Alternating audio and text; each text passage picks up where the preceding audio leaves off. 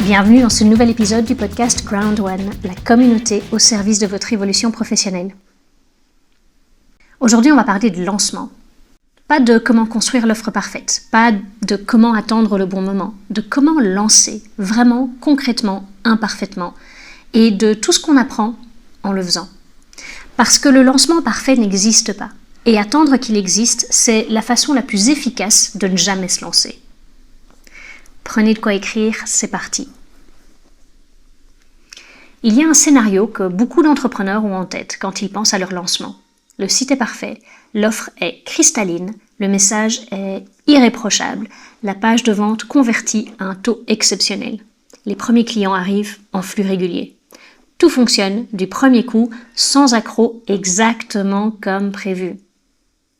Je suis désolée de le dire, mais ce scénario n'existe pas. Pas parce que vous n'êtes pas capable, pas parce que votre offre n'est pas bonne, mais parce que le marché est imprévisible. Les clients sont surprenants, et bien plus que vous n'imaginez. Et la réalité ne ressemble presque jamais aux hypothèses qu'on avait construites depuis son bureau. Le lancement parfait, c'est un mythe. Et c'est une bonne nouvelle, parce que tant qu'on croit qu'il existe, on ne lance pas. On prépare, on améliore, on peaufine, on attend encore un peu. Mais la vérité sur les lancements réels, c'est que presque tous les lancements qui ont produit quelque chose de significatif ont commencé de façon imparfaite. Une offre qui n'était pas encore totalement claire, un message qui ne convertissait pas encore vraiment, un site que l'entrepreneur regardait avec un sentiment de « c'est pas encore tout à fait ça ». Des premiers clients qui ont acheté malgré, pas grâce à, la perfection de la présentation. Ce qui a produit le résultat n'était pas la perfection, c'était le mouvement. Le fait d'avoir lancé, d'avoir mis quelque chose en face du marché, d'avoir eu des vraies conversations avec des vraies personnes, d'avoir appris des choses qu'aucune préparation n'aurait pu révéler. Alors j'ai une première question pour vous. Qu'est-ce qui vous empêche de lancer maintenant? Ou qui vous a empêché jusqu'ici? Si vous regardez honnêtement cette raison, est-ce un vrai problème à résoudre? Ou est-ce une condition de perfection que vous vous imposez? Il y a des informations qu'on ne peut obtenir qu'en lançant. Qu'aucune étude de marché, aucun focus group, aucune préparation aussi minutieuse soit-elle ne peut donner. La première, est-ce que les gens payent vraiment? On peut avoir des dizaines de personnes qui disent « oui, c'est exactement ce dont j'ai besoin » et n'en avoir aucune qui sort sa carte bancaire quand le moment arrive. La disposition à payer, réelle, ne se mesure pas dans les intentions. Elle se mesure dans les transactions. La seule façon de le savoir, c'est de proposer, avec un prix, une offre concrète, une façon de payer. La deuxième, comment est-ce que les gens décrivent votre offre avec leurs propres mots? Ce que vos clients disent de ce que vous faites est presque toujours différent de ce que vous pensez faire. Ils nomment des bénéfices auxquels vous n'avez pas pensé. Ils valorisent des aspects que vous considériez comme secondaires. Ils ignorent des caractéristiques sur lesquelles vous avez travaillé pendant des semaines. Et ces informations sont précieuses. Elles sont le matériau de votre prochain message, de votre prochaine page de vente, de votre prochain pitch. La troisième, ce qui frictionne vraiment dans votre processus. Le moment où quelqu'un hésite, l'étape où les prospects disparaissent, la question qui revient systématiquement avant la décision, la partie de la livraison qui crée de l'insatisfaction. Tout ça n'est visible qu'en action, pas en préparation. La quatrième, ce que vous aimez vraiment faire versus ce que vous pensez aimer faire. Beaucoup d'entrepreneurs découvrent après le lancement que certaines parties de leur activité qu'ils anticipaient avec enthousiasme sont en réalité épuisantes et que d'autres parties qu'ils redoutaient sont source d'énergie. Cette connaissance change tout à la façon dont on structure son activité et elle ne s'obtient qu'en faisant vraiment. Alors un exercice. Si vous pensez à votre offre telle qu'elle est aujourd'hui, listez 3 hypothèses les plus importantes que vous faites sur votre client, sur ce qu'il veut, sur ce qu'il valorise, sur ce qu'il est prêt à payer. Et maintenant, demandez-vous, est-ce que ces hypothèses ont été validées par des vraies conversations et des vraies transactions ou par votre imagination seule? Il y a un concept dans l'entrepreneuriat qu'on cite souvent mal, le MVP, le Minimum Viable Product, le produit minimum viable. On l'interprète souvent comme lancer quelque chose de bas de gamme pour tester, et ce n'est absolument pas ça que ça veut dire.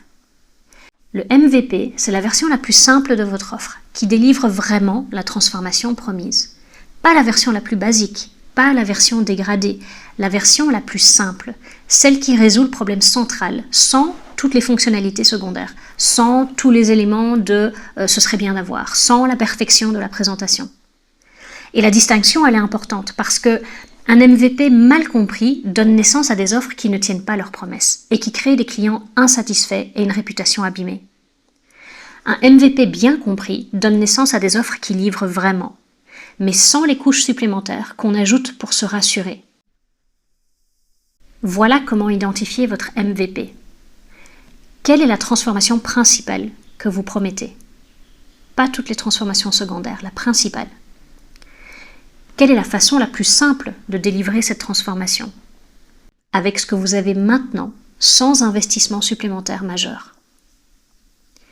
Est-ce que cette version simple délivre vraiment la transformation? Ou est-ce qu'elle la dilue trop? Si elle la délivre, c'est votre MVP. C'est ça que vous lancez. Lancez ça, apprenez et ajoutez ensuite. Deuxième question de réflexion. Si vous deviez lancer votre offre dans 7 jours, pas dans 3 mois, dans 7 jours, qu'est-ce que vous pourriez proposer qui délivre vraiment votre transformation principale? Qu'est-ce que vous devriez enlever pour y arriver? Et qu'est-ce que cette contrainte vous révèle sur ce qui est vraiment essentiel dans votre offre? Le lancement, ce n'est pas une fin, c'est un début. Et ce qui se passe dans les semaines qui suivent le lancement est au moins aussi important que le lancement lui-même. Parce que c'est là que les vraies informations arrivent, les retours clients, les objections qu'on n'avait pas anticipées, les aspects de l'offre qui créent une valeur inattendue, les frictions dans la livraison, les questions récurrentes qui disent quelque chose sur ce qui n'est pas encore clair dans le message. Et tout ça, c'est de l'or, à condition de savoir le collecter et l'utiliser. Alors voilà comment aborder les semaines post-lancement de manière utile. Documenter tout. Les retours clients positifs et négatifs, les questions posées avant l'achat, les objections entendues, les moments où quelqu'un a failli acheter et ne l'a pas fait. Cette documentation, c'est la matière première de vos prochaines améliorations. Changez une chose à la fois, pas tout simultanément. Si vous changez votre offre, votre prix et votre message en même temps, vous ne savez pas ce qui a produit le résultat. L'isolation de la variable est la base du diagnostic précis. Distinguer les signaux des bruits. Pas tous les retours méritent une action. Un client difficile qui se plaint de tout, c'est pas un signal sur votre offre, c'est un signal sur votre qualification. Une tendance claire sur plusieurs clients, ça, c'est un signal. Et surtout, continuez. Le premier lancement n'est jamais le meilleur. C'est le plus utile. Parce qu'il vous donne les informations pour que le deuxième lancement soit meilleur. Et le deuxième prépare le troisième. Et c'est comme ça que les activités qui durent se construisent. Par itération successive, pas par perfection initiale. Si une chose devait rester de cet épisode, c'est celle-ci. Le lancement parfait n'existe pas. Ce qui existe, c'est un premier lancement qui vous apprend ce qu'aucune préparation ne pourrait vous apprendre.